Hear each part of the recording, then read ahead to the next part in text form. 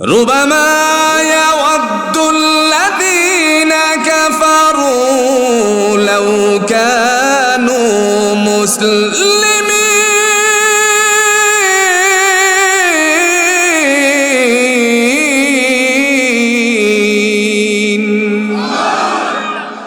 تؤمنون بالله ورسوله وتجاهدون في سبيل الله بأموالكم وأنفسكم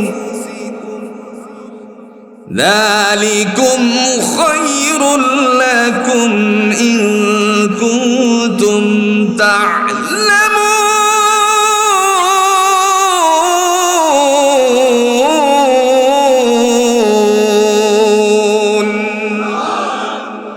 أولئك على هدى من ربهم وأولئك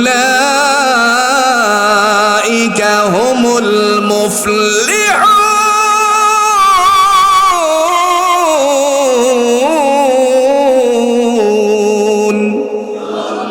أولئك الذين اشتروا الضلالة بالهدى فما ربحت تجارتهم وما كانوا مهتدين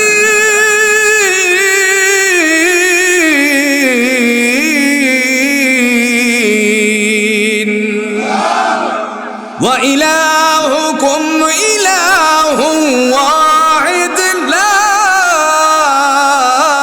إله إلا هو الرحمن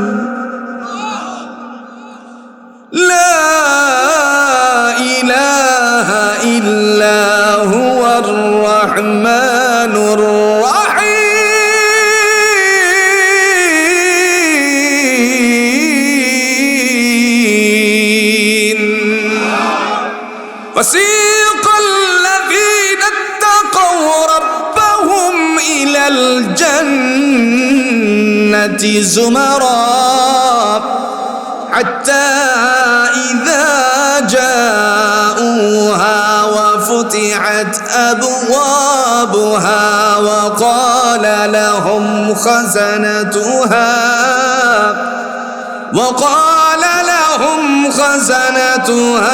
سلام عليكم طبتم فادخلوها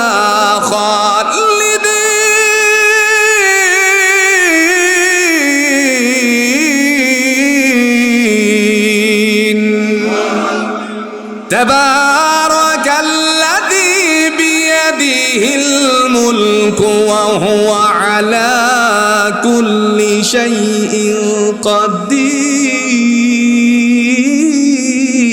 قدير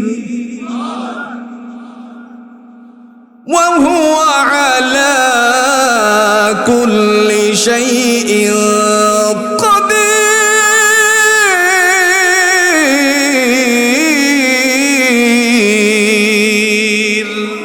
আল্লাহ রাব্বুল আলামিন আমাদের সাথে ব্যবসা করতে গিয়ে চারটা বিষয় সামনে আনলেন।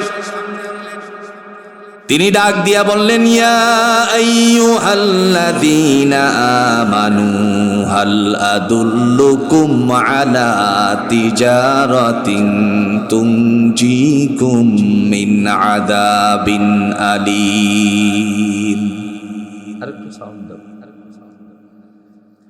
দয়াময় রব্বুল আলামিন তিনি ডেকে বলেন, হে বিশ্বাসশীলেরা ও ইমানদারেরা, এখানে কিন্তু পার্সোনালি ডাক দিয়েছেন মুসলমানদেরকে, অন্য কোনো ধর্মের লোক ডাক দেয় নাই।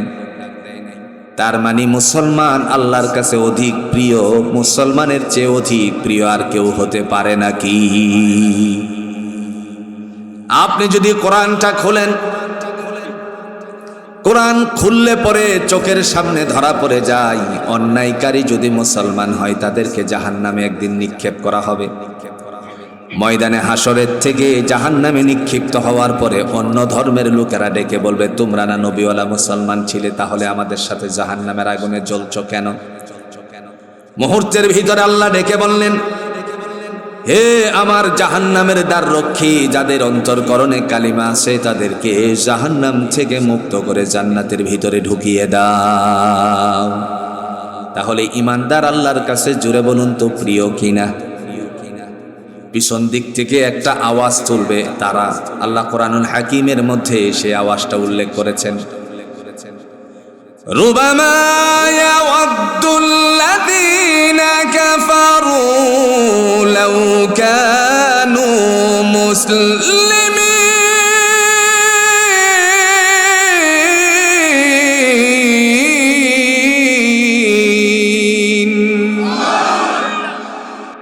আক্ষেপ, আফসুস, আজকে যদি আমরা মুসলমান হতাম তাহলে তোমাদের সাথে জান্নাতে প্রবেশ করতে পারতাম। সুবহানাল্লাহ বলছেন না? কোরআনুল হাকিমের মাধ্যমে আল্লাহ রাব্বুল আলামিন এই জন্য মুসলমানকে ডাক দিলেন। তিনি বললেন, ইয়া আইয়ুহাল্লাযীনা আমানু, হে বিশ্বাসীরা, মুসলমান মায়ের গর্ভের সন্তানেরা, মুসলমানেরা শোনো, হাল আদুল্লুকুম আলা তিজারা, আমি কি তোমাদেরকে একটা ব্যবসার কথা বলবো না, যেই ব্যবসার দ্বারা তুনজিকুম মিন আযাবিন আলীম, ভয়াবহ শাস্তি থেকে তোমাদেরকে রক্ষা করবে। কিসের থেকে? একটু জোরে বলেন, কিসের থেকে? যে ব্যবসা তোমাদেরকে ভয়াবহ শাস্তি থেকে রক্ষা করবে। আল্লাহ এই ব্যবসাটা আমাদেরকে শিখাচ্ছেন। এখন বলেন তো আমরা ব্যবসা করব? কথা কন না, কে ব্যবসা করব? আমাদের সমাজে অনেক মানুষ আছে যারা আমাদেরকে বলে ধর্ম ব্যবসায়ী। কথা কন না কেন? আরে আপনি বলার আগে 1450 বছরে আমার আল্লাহ রাব্বুল আলামিন আমাদেরকে এই সার্টিফাই করে দুনিয়ার জমিনে ডাক দিয়েছেন। সুবহানাল্লাহ বলেন। আমরা ধর্ম ব্যবসায়ী, এরকম কথা আছে কিনা বলেন তো? আচ্ছা, আপনি এই মাদ্রাসার ছাত্রদেরকে কি কখনো টুপি ছাড়া পড়াশোনা করতে দেখছেন? কথা কন্যাকে দেখছেন? আলেম মৌলভী সাহেব, ইমাম সাহেব রাস্তা দিয়ে হেঁটে যাচ্ছে, তখন কি তাকে পাঞ্জাবি, পায়জামা অথবা টুপি ছাড়া রাস্তায় হাঁটতে দেখছেন? যদিও টুপি ছাড়া হাঁটার বিধান আছে, কিন্তু মানুষ বলা বলি করবে কি, এই জন্য তিনি টুপি সবসময় লাগায় রাখার চেষ্টা করে। কথা কন ঠিক কিনা? আমাদেরকে ধর্ম ব্যবসায়ী যারা বলে আমরা বসন্তের কোকিল নই, সময়ে সময়ে টুপি লাগাই না, আমাদের সমাজে বহু মানুষ আছে সময়ে সময়ে টুপি লাগাইয়া তারপরে ধর্মের নাম জপে। ঠিক কিনা বলে? আমরা তো ধর্ম নিয়েই আইছি। কথা কন নাকি? আচ্ছা আপনারা বলুন তো, যারা শরিয়া আইন মানে না তাদেরকে আমরা মানতে পারি না? ভুল কইছি? আজকে যদি আপনি কোরআন খুলেন তাহলে সব কথাগুলো হলো শরীয়তের, সব কথা শরীয়ত দ্বারা আল্লাহ নির্ধারিত করেছেন। কথা কন না কেন? সব কথাগুলো শরীয়তের দ্বারা তিনি নির্ধারিত করেছেন। একটু ধারণা দিলে আপনাদের বুঝে আসবে আমার ভাইরা। একটু বলেন তো, বিবাহ শাদীর সময়ে শরীয়তের কোনো কথা লাগানো আছে কিনা? একটা উদাহরণ দিলে সহজ করে বুঝে ফেলবেন। উমুকের মেয়ের কাছে উমুকের ছেলের পক্ষ থেকে 5 লক্ষ টাকা দেনমোহর ধার্য করিয়া, দেনমোহর আসেনি, 3 লক্ষ টাকা উসর দিয়া, 2 লক্ষ টাকা কায়েম রাখিয়া, 2 জন সাক্ষীর মোকাবেলায় একজন উকিলের উকালতির মাধ্যমে মুহাম্মদী শরা অনুযায়ী বিবাহের প্রস্তাব দেওয়া হলো। এতে তুমি রাজি কিনা বলো আলহামদুলিল্লাহ। কথা কন নাকে? এই কথা কি আমি বানায় বলতেছি? কথা কন নাকে? বানায় বলতেছি? বিবাহের সময়ে বলা হলো মুহাম্মদী শরা অনুযায়ী।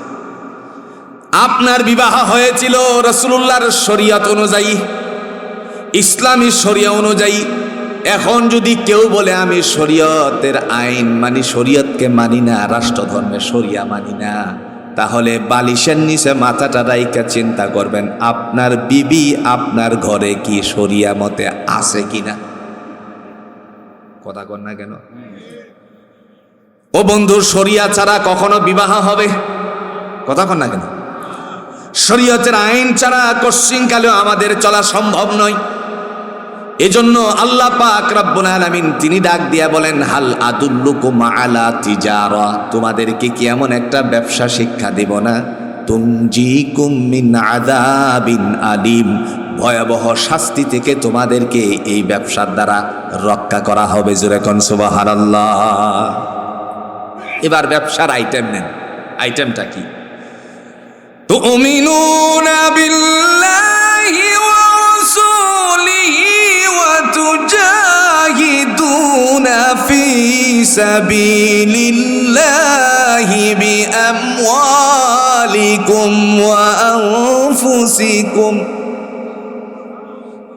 যালিকুম খায়রুল লাকুম ইন কুনতুম তা'লামুন।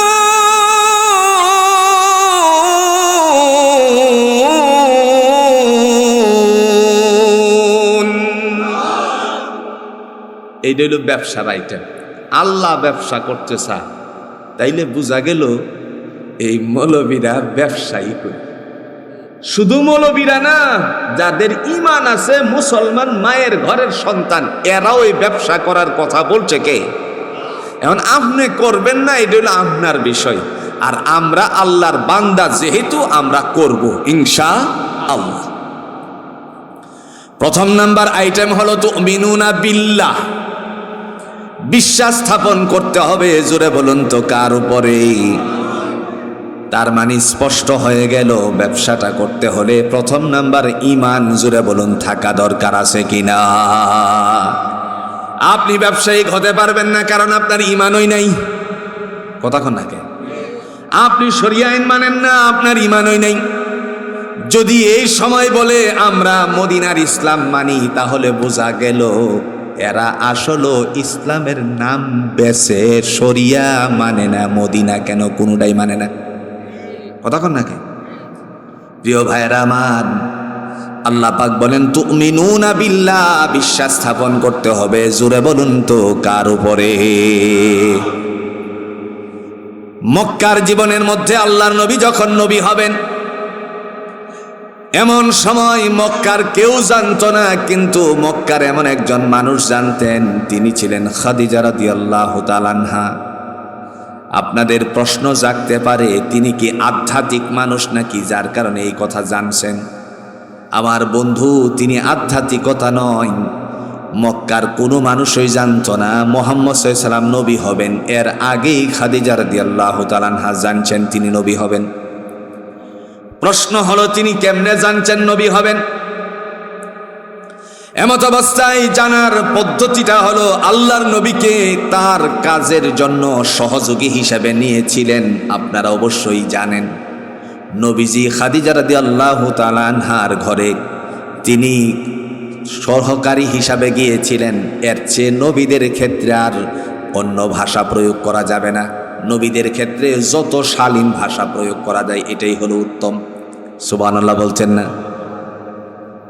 কর্মচারী বলে আমি আখ্যায়িত করতে চাই না, তার কারণ তিনি তার সহযোগী হিসাবে গিয়েছিলেন। যদিও মাসিক একটা বেতন ছিল, তারপরেও এটা নবীদের জন্য উত্তম ভাষাটা ব্যবহার করা উচিত। আল্লাহ পাক রব্বুল আলামিনের বান্দি যখন নবীকে নিয়ে বসা আছেন, এই মুহূর্তে খাদিজা রাদিয়াল্লাহু তাআলা আনহার একজন ভাই, যিনি মক্কার একজন পণ্ডিত ছিলেন, যাকে বলা হতো ওয়ারাকা বিন নাওয়াফেল। নামটা শুনছেন? কথা কন না কে? নামটা শুনছেন? ওয়ারাকা বিন নাওয়াফেল তাওরাতের একজন বড় পণ্ডিত ছিলেন। আল্লাহ পাক রব্বুল আলামিনের বান্দা তিনি যখন শুনতে পেলেন মক্কার মধ্যে খাদিজা রাদিয়াল্লাহু তাআলা আনহার ঘরের মধ্যে একজন সহযোগী আসছেন, হঠাৎ দেখার পরে বলছে, ইয়া খাদিজা তাআল, খাদিজা তুমি এইদিকে আসো। হযরতে খাদিজা রাদিয়াল্লাহু তাআলা আনহা তিনি যখন সামনে গেলেন, যাওয়ার পরে আম্মাজান খাদিজা রাদিয়াল্লাহু তাআলা আনহাকে ডেকে বললেন, বলো তোমার কাছে বসা যে সে কে? তিনি বললেন, আমার কাজের সহযোগী হিসাবে আমি তাকে নিয়োগ দিয়েছি। সুবহানাল্লাহ বলছেন না? তিনি ডাক দিয়া বললেন, খবরদার খবরদার, তুমি কিন্তু শাম এবং সিরিয়ায় তারে বেশি পাঠিও না। তার কারণ হলো আমি তার মাথা থেকে পাতা পর্যন্ত শেষ নবী হওয়ার যত সিমটন আছে, সূরত আছে, সমস্ত সূরতগুলো আমি তার মধ্যে বিদ্যমান দেখতে পাচ্ছি। এজন্য ভাইয়ারা আমার আপনার নবী কি শেষ নবী না আরো নবী আসবে? কথা ঠিক। কিন্তু এই জমানায় যদি কেউ এসে বলে আমার নবীর পরে আরো নবী আসবে বা নবী আসছিল, আমরা কখনো তা মেনে নিতে পারি নাকি? নবীর পরে নবী নাই, এই কথা সংসদে জুড়ে বলুন, আমরা আইন চাই, ঠিক কিনা বলেন? নবীর পরে নবী নেই। আমার দেশে নবী একজন দাবিদার হয়েছিল, কথা বুঝেন না?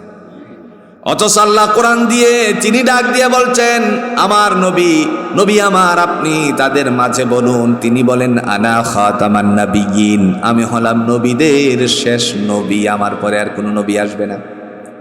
আর রাসূলুল্লাহ সাল্লাল্লাহু আলাইহি সাল্লাম বলছেন লাউ কানা বা'দি নাবিয়্যান লাকানা উমর, আমার পরে যদি কোনো নবী আসতো তাহলে আল্লাহ উমরকেই নবী বানায়া পাঠাইতেন। তার মানে আর কোনো নবীর দ্বারা নাই। ওই আল্লাহর বান্দা নাফরমানি করে নবী দাবিদার হয়েছে, নবী দাবি করছে, নাম হলো গোলাম আহমদ কাদিয়ানি। নাম কি? গোলাম আহমদ কাদিয়ানি। ও বন্ধু, আপনারা বলুন তো, কোন নবী কি টয়লেটে পড়ে মারা গেছে নাকি? কথা কইতেন না।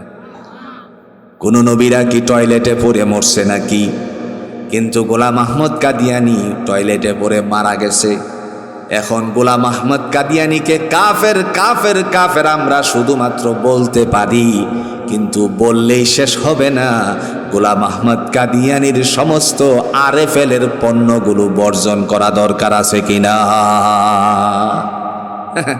আমি মৌলভী সাহেবই পারি না, কথাটা বুঝুন না মনে। টয়লেটে গেলে কিসের বদনা? কথা কন। মৌলভী সাহেবের টয়লেটে গেলে দেখা যায় একটা স্টিকার লাগানো আছে, লেখা আছে আরে হেল কোন ফেল, জোরে কোন কোন ফেল। যদি আমি মুখ দিয়ে বলি কাজ হবে না, কারণ অর্থের দিক থেকে তাদেরকে পঙ্গু করতে হবে, এরপরে ঠিক হইব। যদি মৌলভী সাহেবের ঘরের ভিতরে, আমার ঘরের ভিতরে গিয়ে দেখেন একটা ফ্যান চলতেছে, এটার নাম হলো বিজলি কেবল। কথা কর না কেন? আসেনি ফ্যান। আরএফএল-এর ফ্যানের বাতাস খাইয়া মসজিদের ভিতরে কাদিয়ানিরে কাফের বলবেন, এই কাফের কোনোদিন শেষ হবে না, খালি বাড়তেই থাকবে বাড়তেই থাকবে। কথা কর না কে? শুধু তাই নয়, উজু কানার জন্য আপনি যখন পাইপ ফিটিং করলেন আরএফএল পিভিসি, কথা কয় না রে। মৌলভী সাহেবরা যখন আমরা মিলিয়া কই যে কাদিয়ানিরা কাফের, হেরা বৈশা হাসে। কেন হাসে জানেন? কই তোমরা আমগরে কাফের কইয়া আমগর জিনিস দেই তোমরা চলো। কথা কন না কেন? যখন আপনি টয়লেটে যাবেন তখন আপনার পাইলেন কি বদনা আরএফএল-এর। এরপরে আপনি আবার যখন উজু করতে গেলেন আরএফএল পিভিসি পাইপ দিয়া তারপরে পানি নামাইলেন, কল সারলেন।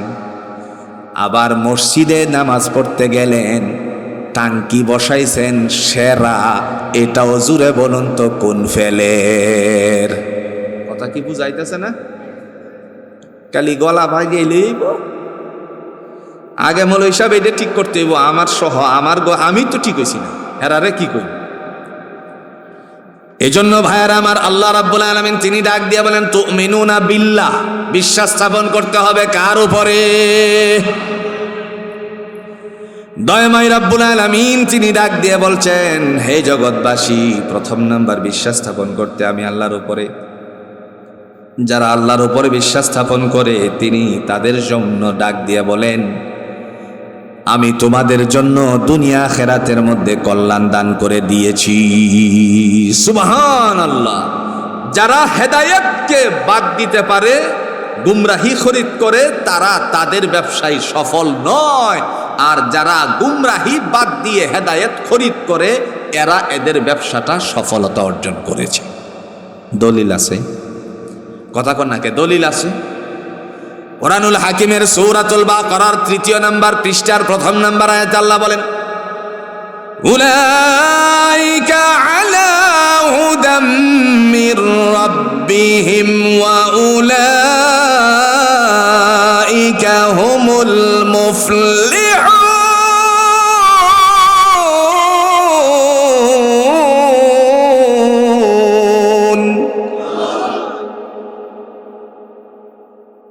আকাশ ভাই, মুড়ি কি এলাকাত শেষ হয়ে পড়ছে? আচ্ছা, কোনছে মুড়িটা যদি একটু বাজে তাইলে এটা দিয়ে ইফতারটা মজা হয়নি। আমরা কিশোরগঞ্জের বাসা, যেহেতু আমরা এক জেলার মানুষ, পার্শ্ববর্তী আপনার আসন আমার আসন এক আসন, নাকি না?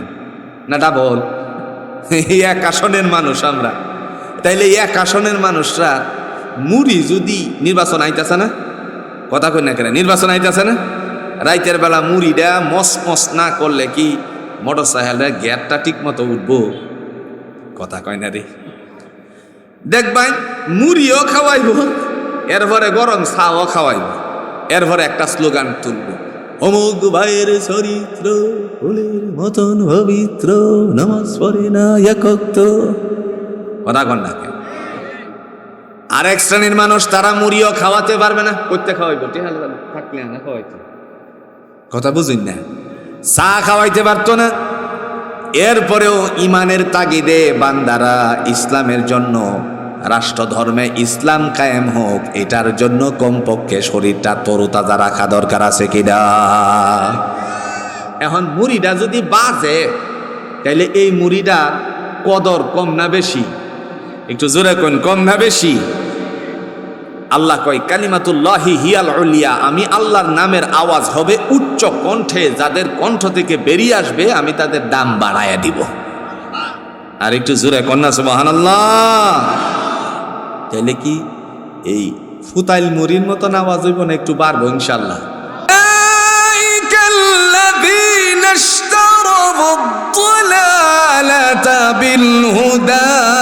فما ربحت تجارتهم وما كانوا মুহতাদিন।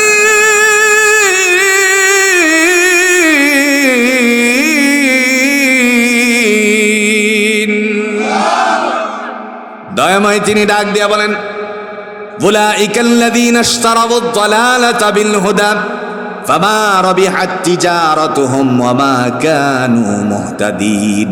তারা হলো ওই সমস্ত মানুষ যারা হেদায়েতকে বাদ দিয়ে গুমরাহি খরিদ করেছে, এদের ব্যবসাটার মধ্যে সফলতা অর্জন করতে পারে নাই, ফলে তারা হেদায়েত প্রাপ্ত হয় নাই। আপনারা বলুন তো, সূরাতুল বাকারার 3 নম্বর পৃষ্ঠার 1 নম্বর আয়াতের দ্বারা মৌলবীরা যে ব্যবসায়িক, এই কথাটা ঘোষণা দিছে কে? ব্যবসার কথা তো আল্লাহ নিজেই কোরআন দিয়া শিখাইছে। আপনি কোরআন পড়েন না, দেখে না, বুঝেন না। যদি সমাজের মধ্যে কোরআন প্রতিষ্ঠিত থাকতো, ঘরে ঘরে কোরআনের আইন যদি বাস্তবায়ন থাকতো, তাহলে কোরআন পড়ে তারা বুঝতে পারতো। কথা বলেন ঠিক কিনা? রব্বুল আলামিন তিনি ডাক দিয়া বলেন, ফামা রাবিহাত তিজারাতুহুম ওয়ামা কানু মুহতাদিন। গুমরাহি খরিদ করার কারণে এই ব্যবসাটার মধ্যে তারা সফলতা অর্জন করতে পারে নাই। এজন্য রব্বুল আলামিন তিনি ডাক দিয়া বললেন, তুমিনুনা বিল্লাহ, যারা বিশ্বাস স্থাপন করেছে, জোরে বলেন কার উপরে? সাক্ষী দিয়ে বলেন তো, আল্লাহ কয়, জোরে জোরে দলিল আছে? কথা কই। আজ থেকে 10 বছর আগে মানুষেরা বলতো বিনা দলিলে আল্লাহ এক। এখন আর এই কথা বলার সুযোগ নাই, দলিল সহ জোরে বলুন আল্লাহ কয়। দলিল। ওয়া ইলাহুকুম ইলাহুন ওয়াহিদ লা ইলাহা ইল্লা হুয়ার রহমান, লা ইলাহা ইল্লা হুয়ার রহমান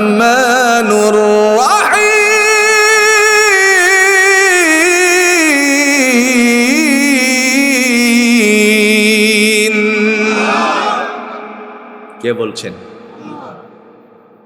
সূরাতুল বাকারার 163 নম্বর আয়াতে আল্লাহ বলেন, ওয়া ইলাহুকুম ইলাহু ওয়াহিদ, তোমাদের উপাস্য একমাত্র উপাস্য। কয়মাত্র? কে? লা ইলাহা ইল্লা হুয়া, তিনি ছাড়া আর কোনো উপাসনাকারী নাই। হুয়ার রহমানুর রহিম, তিনি হলেন পরম করুণাময় এবং দয়ালু। আমার ভাইরা, এবার বলুন তো আল্লাহ আছে কই?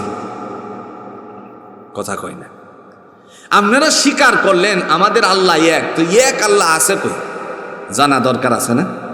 কথা কন নাকি? জানা দরকার আছে না? আল্লাহর একটা সিংহাসন আছে, যেই সিংহাসনটা হলো আলাল আরশ, আরশে অধিষ্ঠিত তিনি।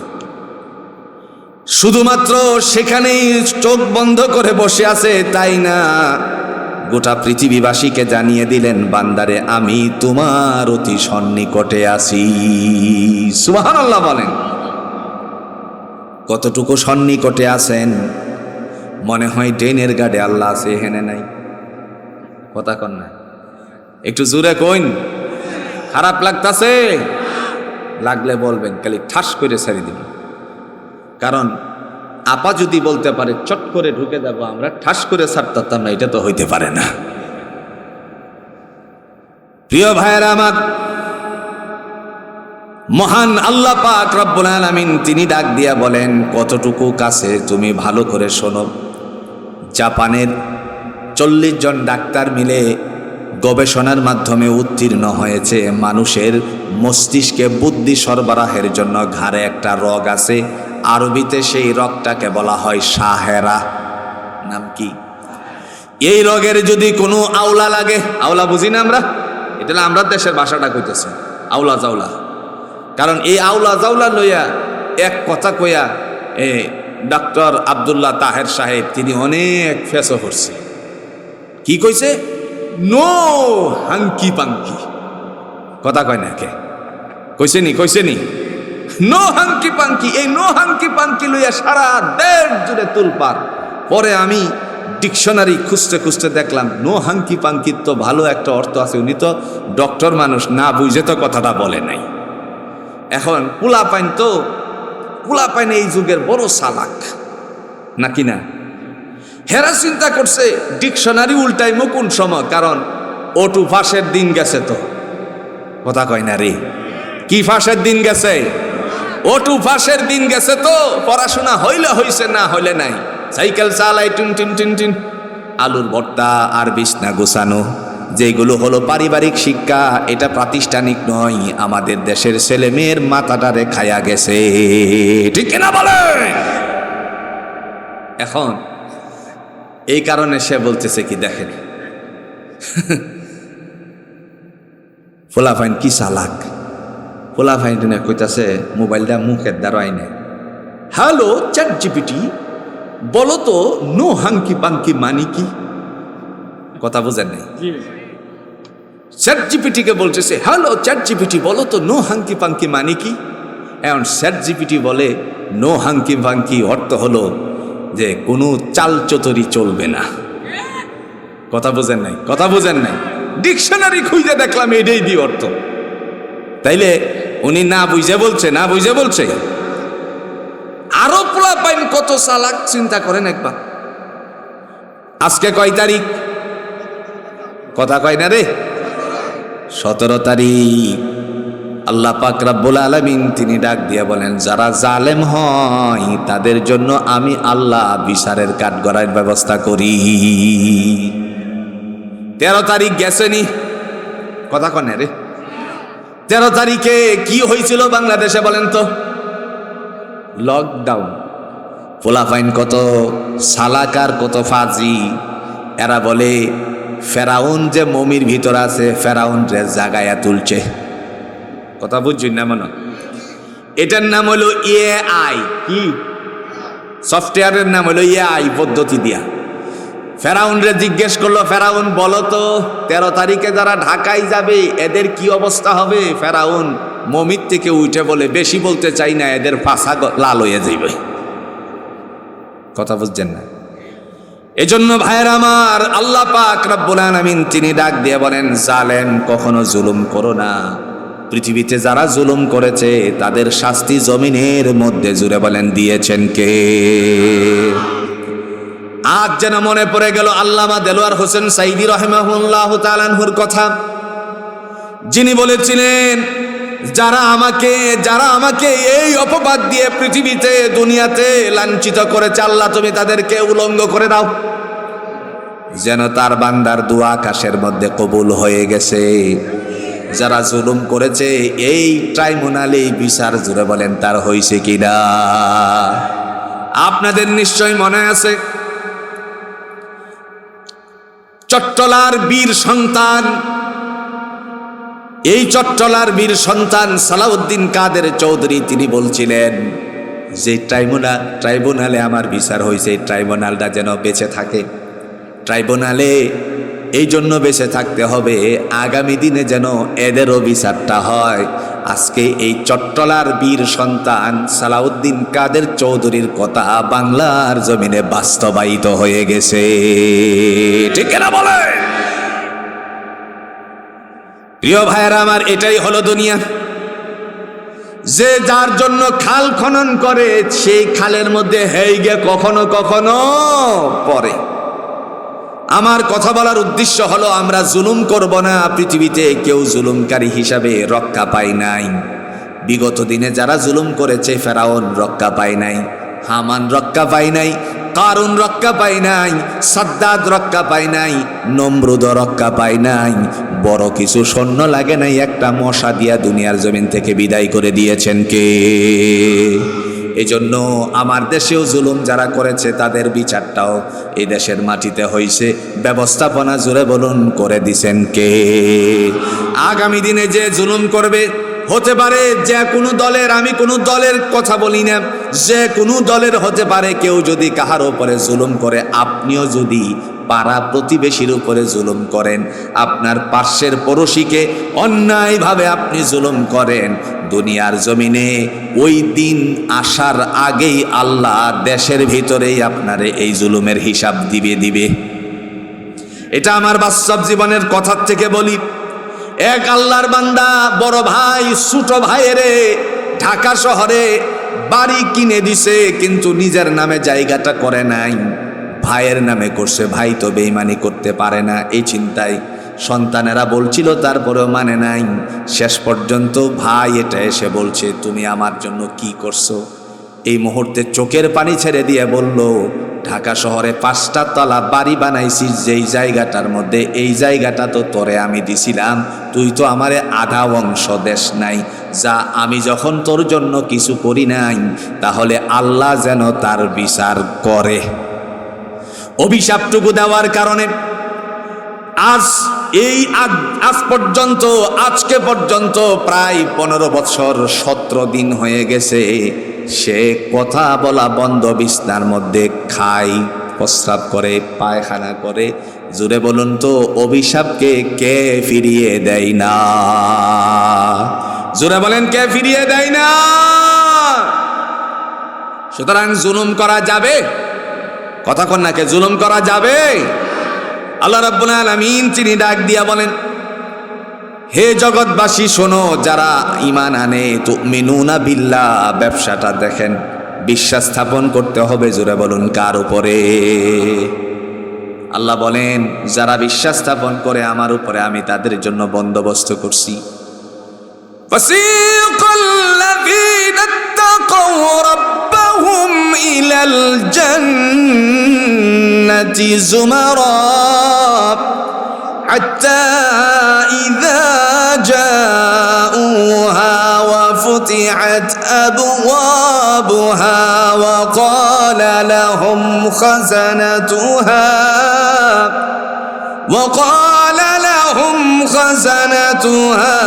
সালামুন আলাইকুম তিবতুম ফাদখুলুহা খালিদিন।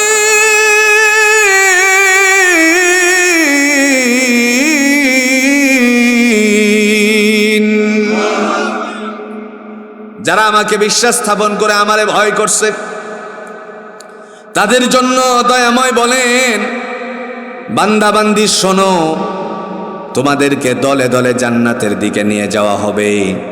যখন সেখানে গিয়ে উপস্থিত হবে, হাত্তা ইদা জাউহা ওয়া ফুতিহাত আবওয়াবুহা, তোমার জন্য জান্নাতের সমস্ত দরজাগুলো খুলে দেওয়া হবে। ঘোষণা চলে আসবে, ওয়াকালা লাহুম খাজানাতুহা, আল্লাহ বলবেন ওয়াকালা লাহুম খাজানাতুহা, যাদের জান্নাতের দরজা খুলে দেওয়া হবে ডেকে বলা হবে, ওই যে দেখা যায় নিয়ামতের ভাণ্ডসমূহ সবগুলো হলো তোমার।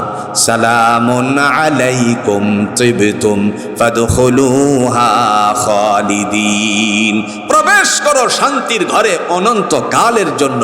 বিশ্বাসশীলদের জন্য ফয়সালা করেছেন কে? এজন্য বিশ্বাস স্থাপন করতে হবে কার উপরে? পৃথিবীবাসীকে আল্লাহ পাক কোরআন দিয়ে বলছেন, ব্যবসার প্রথম নাম্বার আইটেম হলো আমার উপরে বিশ্বাস স্থাপন করা। মদিনাতুল মুনাফফারায় নবী মুহাম্মদুর রাসূলুল্লাহ সাল্লাল্লাহু আলাইহি সাল্লাম তিনি যখন গিয়েছিলেন মক্কা ছেড়ে যাওয়ার পরে, একদল মানুষেরা রাস্তার মধ্যে দাঁড়িয়েছিল নবীকে রিসিভ করার জন্য। এই দলেরদেরকে বলা হয়, একদল হলো মুহাজির আর একদল হলো আনসার।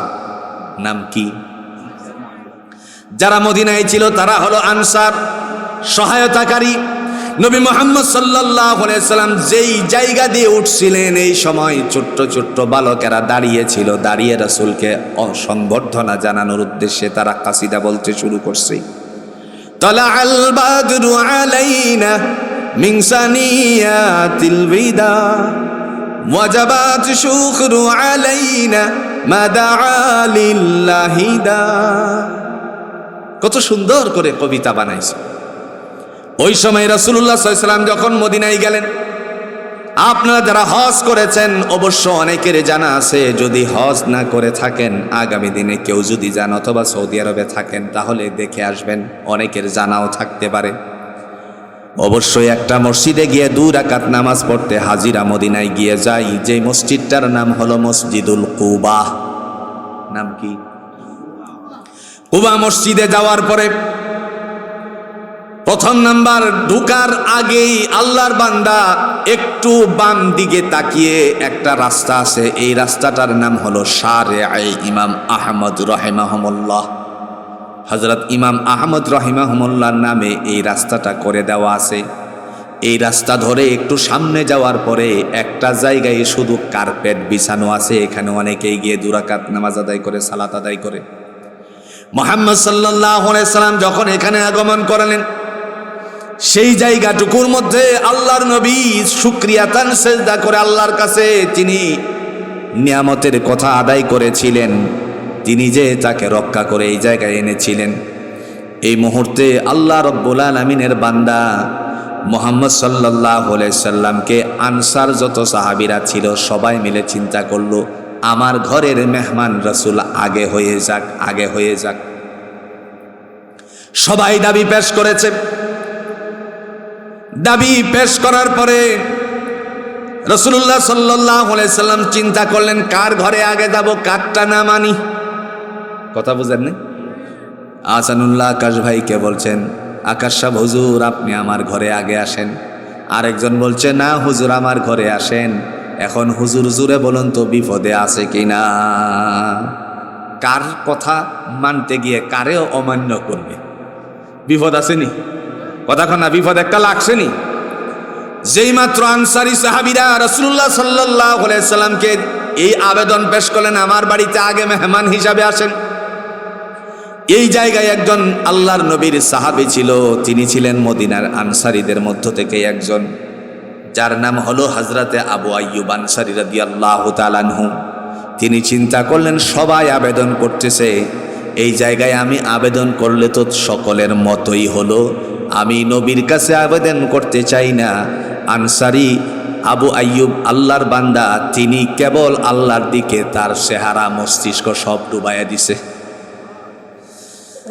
হযরতে আবু আইয়ুব আনসারী রাদিয়াল্লাহু তাআলা আনহু ডাক দিয়া বলে, আল্লাহ, তোমার নবীকে তাদের ঘরে নেওয়ার জন্য সবাই আবদার জানাচ্ছে, কার কথা তিনি রাখবেন?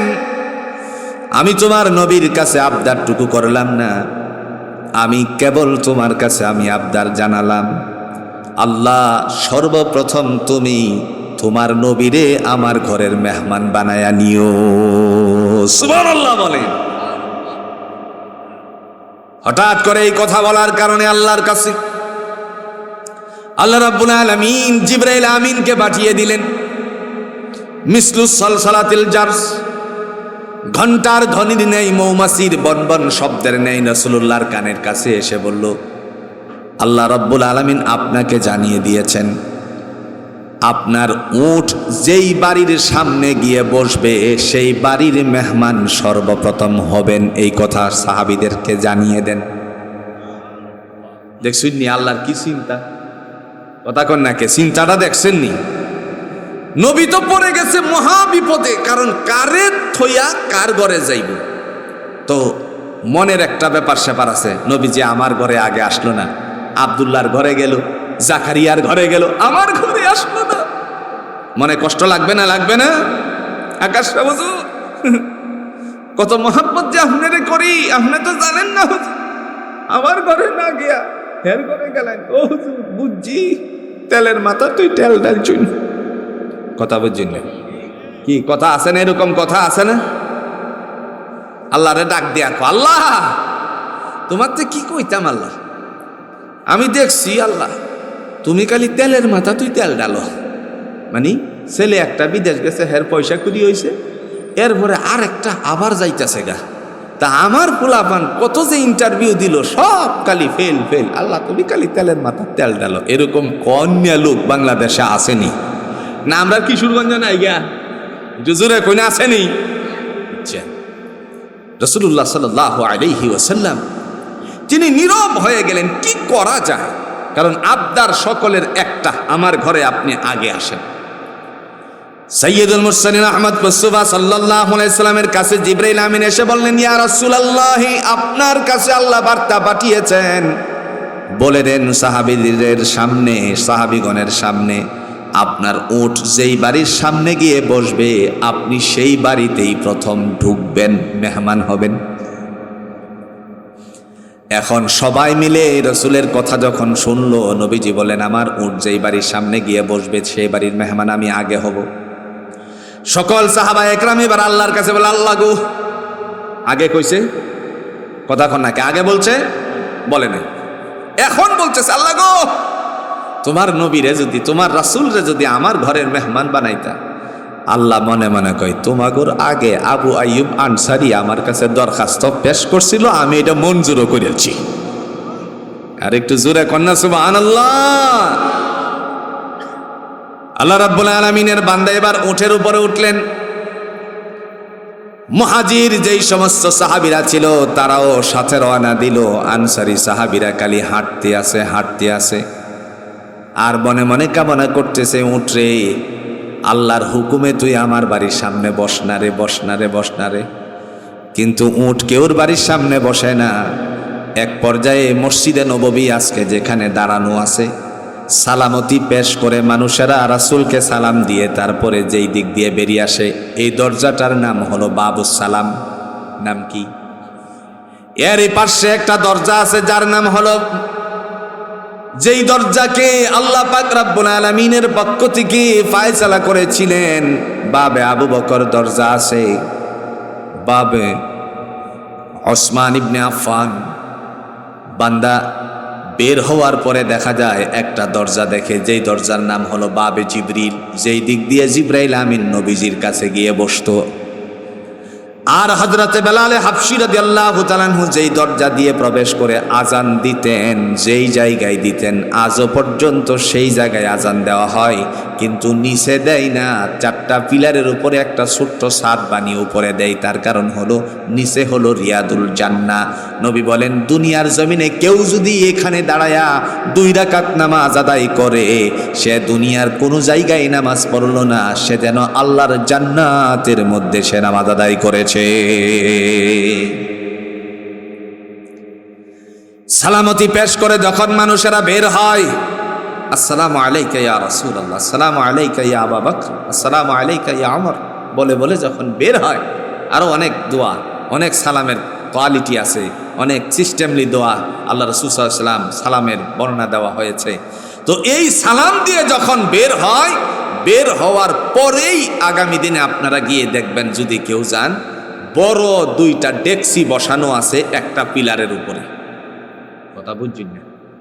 বড় কি উপরে দুইটা ডেকসি বসানো আছে একটা পিলারের উপরে, একটা পিলারের উপরে, বড় একটা পিলার। যেই ডেকসি বসানো আছে পিলারের উপরে, এই জায়গার মালিক ছিলেন আবু আইয়ুব আনসারী রাদিয়াল্লাহু তাআলা আনহুর বাবা হযরতে আবু আইয়ুব আনসারী। আল্লাহ রাব্বুল আলামিনের বান্দার পিতার ঘরে বহু নবীদের অনেক কিছু চিহ্ন ছিল, জাদুঘর হিসাবে রাখা হয়েছিল। এই কারণে আবু আইয়ুব আনসারী রাদিয়াল্লাহু তাআলা আনহুর ঘরটাকে আমার আল্লাহ কবুল করে নিলেন। আস্তে আস্তে হেঁটে হেঁটে যখন গেল, মুহাম্মদুর রাসূলুল্লাহ সাল্লাল্লাহু আলাইহি সাল্লাম আবু আইয়ুব আনসারীর বাড়ির সামনে গিয়ে উটটা যখন বসে পড়ছে, সাহাবায়ে আজমাইনদের মধ্যে আলোচনা শুরু হয়ে গেল। আল্লাহ রাব্বুল আলামিনের বান্দারা বললেন, ও আবু আইয়ুব, তুমি কতই না সৌভাগ্যবান, নবী কি কৌশল করে কথাটা বলছেন, আর তোমার বাড়ির সামনে এসে উট উপস্থিত হয়ে বসে পড়ছে। আমার ভাইরা সাক্ষী দেন তো, আবু আইয়ুব আনসারী বিশ্বাস করেছিল কার উপরে?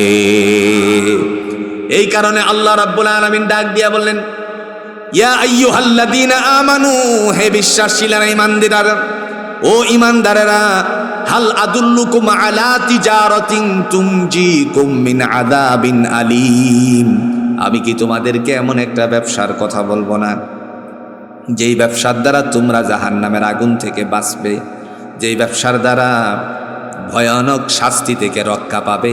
এই ব্যবসার প্রথম নাম্বার আইটেমের নাম হলো তুমিনুনা বিল্লাহ, বিশ্বাস স্থাপন করতে হবে। কার উপরে? আরো যারা বলেন কার উপরে? আজকে আমাদের অবস্থা হলো এরকম, আমরা নামাজও পড়ি আবার মাজারও, কথা কই না রে, নামাজের ভিতরে পড়ছি ইয়াকা না'বুদু ওয়া ইয়াকা নাস্তাঈন, আল্লাহ তোমার ইবাদত করি, তোমার কাছেই সাহায্য চাই, কিন্তু ছেলে নাই, মেয়ে 4 জন, ছেলের জন্য বড় দরবারেও যায়। দরবারের নাম হলো ল্যাংটা, কথা কয় না কি বাবা? দরবারের নাম হলো বিড়ি বাবা। এরকম বিড়ি বাবার দরবার বাংলাদেশে আসেনি? আপনারা জানুন আছে যে, কথা কই নাকি জানেন আছে যে?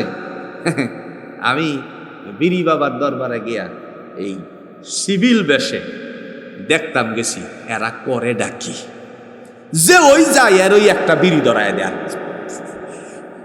কথা বুঝিন না?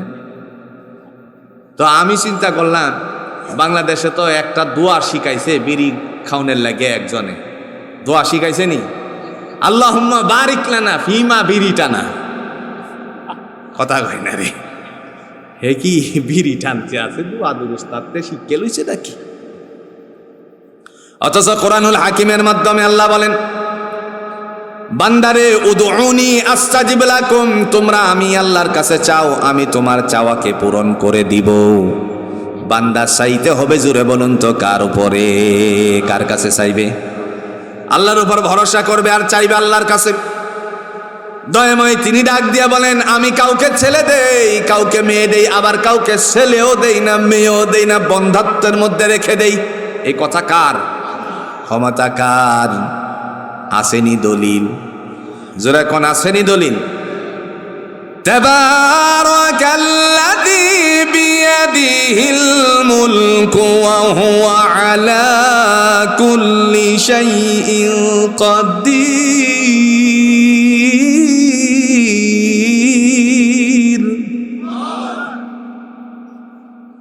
ওয়া হুয়া আলা কুল্লি শাইইন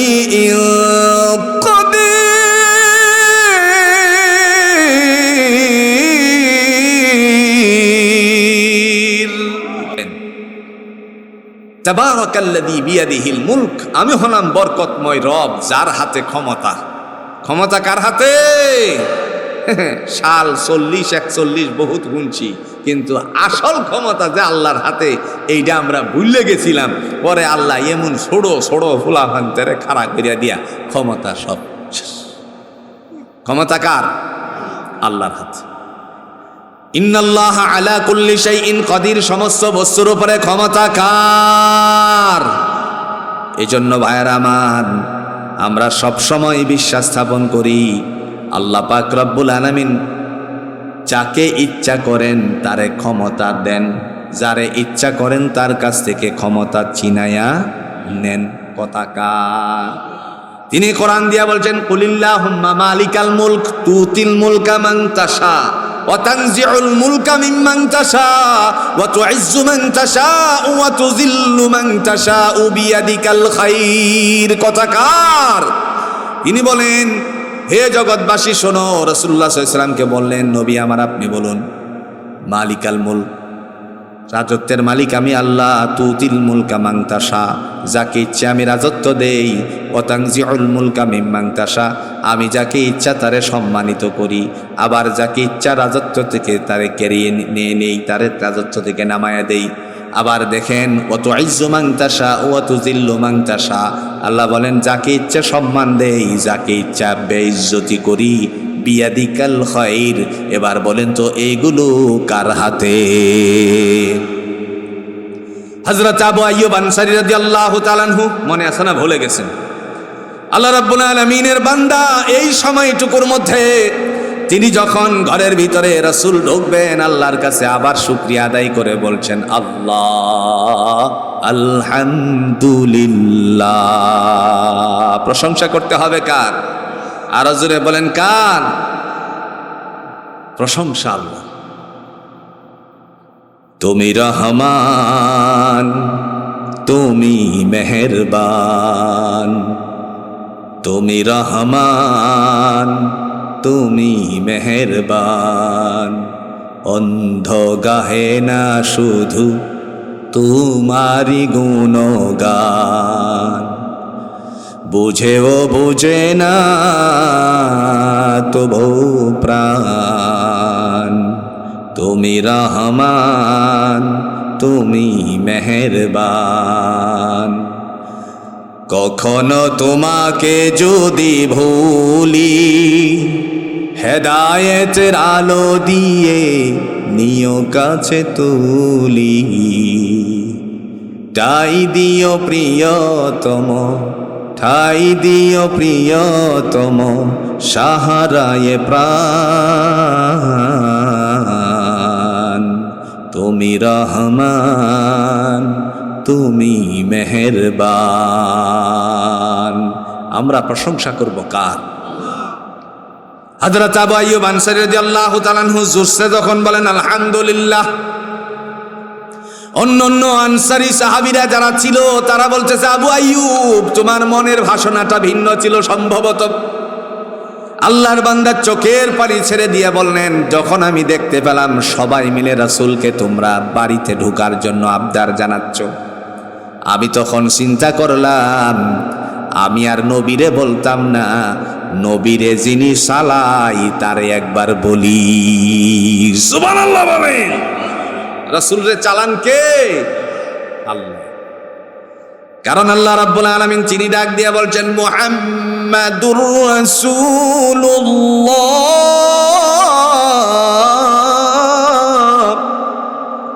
ওয়াল্লাযীনা মাআহু আশিদ্দাউ আলাল কুফফারি রুহামাউ বাইনাহুম ইলা আখিরিল আয়াত।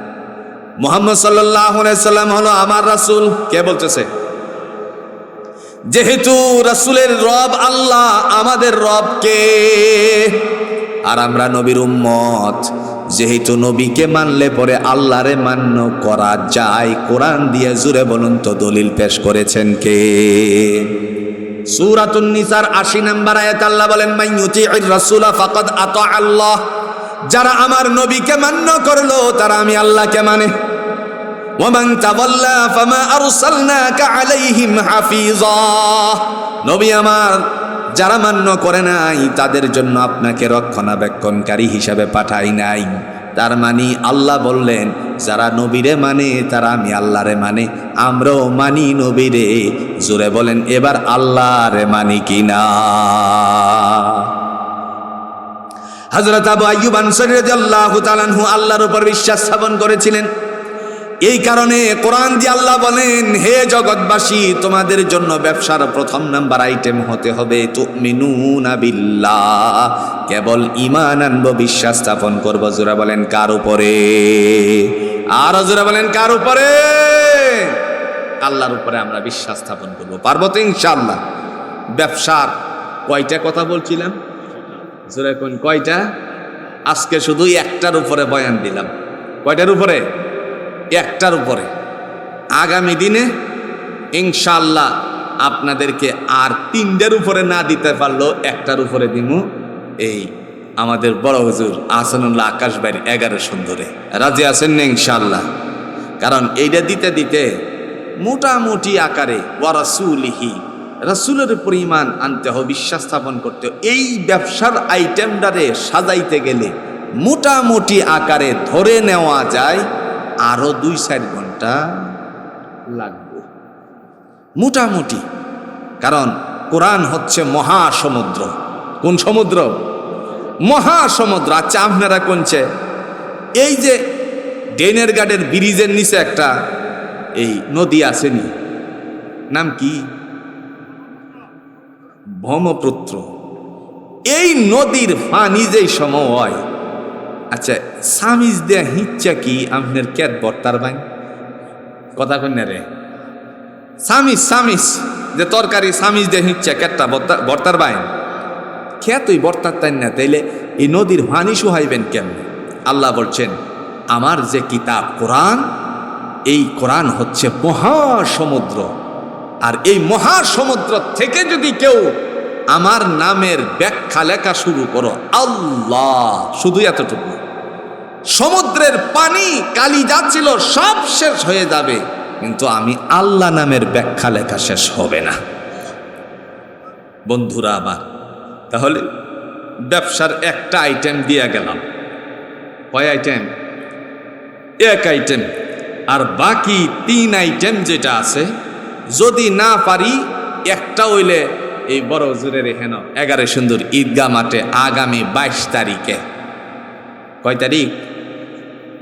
কোন মাসের? বুঝলেন যে আগামী মাসের 22 তারিখে ইনশাআল্লাহ এই আইটেম সম্পর্কে কোরআনের নিংড়ানো তথ্য থেকে তাফসীরের কিছু অংশ আপনাদেরকে তুলে ধরা হবে। আল্লাহ তাআলা আমাদের সবাইকে সেদিন পর্যন্ত হায়াতের মধ্যে বরকত দান করুক। সকলে বলুন আমিন। আর হযরত বলেন আমিন। তাফসীরুল কোরআন মাহফিলকে আল্লাহ কবুল করুক। বিশেষ করে আপনাদের এই 11 সুন্দর শেখ সাদি পুরাতন জামে মসজিদকে আল্লাহ কবুল করুক। এই মসজিদের যত মুসল্লিগণ গুজরে গেছে, আহারে কি সুন্দর মসজিদ! কে বানাইছে যে? এ ভাই, কে বানাইছে মসজিদটা? কইতাম না মসজিদটা যে কে বানাইছে এইটা কইতাম। কারণ মসজিদের বয়স আনুমানিক 400 বছর। আনুমানিক। বুঝজনি বাউনবাড়ির মানুষ কিন্তু, হ্যাঁ, বাউনবাড়ির বেড়ান যদি ঠিক মতো দেশের মধ্যে গর্জন না দিত, তাইলে আপাহি দিক দিয়ে শর্ট করে ঢুকে দিত। বয়স কত বছর? 400 বছর। আল্লাহ এই 400 বছরের নতুন উদ্বোধন থেকে নিয়ে একদিন যেই দিনে প্রথম নামাজ হয়েছিল সেদিন থেকে নিয়ে অদ্যাবধি পর্যন্ত যত মুর্দেগান কবর দেশে আছে, প্রত্যেকের কবরগুলোকে রাজুলুন কলবুহু মুআল্লাকুন বিল মাসাজিদ, মসজিদের সাথে তাদের অন্তর মিশ্রিত করে হাসরের ময়দানে উঠাইয়া তাদেরকে একত্রিত করে দিও। আর কবরটারে তুমি জান্নাতের একটা বড় বাগান বানিয়ে দিও, তাদের জন্য জান্নাতুল ফেরদাউসের বন্দোবস্ত করে দিও। সকলে বলেন আমিন। আল্লাহ এখনো যারা এই মসজিদটার মধ্যে 400 বছর আগের মসজিদের মধ্যে যারা গিয়ে তোমার সামনে মাথা ঠেকায় আর কাহারো সামনে যাই না, সম্মানের প্রতীক আর ভাগ্যের প্রতীকটাকে, সম্মানের প্রতীক আর ভাগ্যের প্রতীকটা তোমার সামনে লেপট করে দেয়, আল্লাহ তুমি তাদেরকে মসজিদের সাথে সম্পৃক্ত করে ময়দানে হাসরে উঠায়া ডান হাতে আমলনামা দান করে দিও। এরপরে এই যে আপনাদের সুন্দর মাদ্রাসায়ে ওসমান ইবনে আফফান রাদিয়াল্লাহু তাআলা আনহু, কি সুন্দর একটা নাম। রাসূলুল্লাহ সাল্লাল্লাহু আলাইহি ওয়াসাল্লাম যেই নামের ব্যক্তির কাছে, যেই নামের পার্সনের কাছে নবীর 2 জন কন্যারে হাতে উঠাইয়া দিছিলেন। সুবহানাল্লাহ কইতেন না? তিনিই ছিলেন হযরতে ওসমান ইবনে আফফান রাদিয়াল্লাহু তাআলা। প্রথম সন্তান যখন নবীজির মারা যায়, আল্লাহ রসুল সাল্লাল্লাহু আলাইহি সাল্লাম চিন্তা করলেন ঘরটা শূন্য হয়ে গেছে। কি হয়ে গেছে? ঘরটা শূন্য হয়ে গেছে। এটাও কিন্তু আপনি যদি ইসলাম থেকে চয়ন করেন, এটাও ইসলামের একটা সুন্দর তরিকা। আমাদের সমাজে এখন হয় কি, যে প্রথম মেয়েকে বিয়ে দেওয়ার পর যে কোনো কারণবশত মেয়েটা বাচ্চা প্রসবের সময় অ্যাক্সিডেন্ট হয়ে গেছে, এরকম হয় কি হয় না? তখন মা বাপে এই পরিবার থেকে মুখটা ফিরায় নেয়।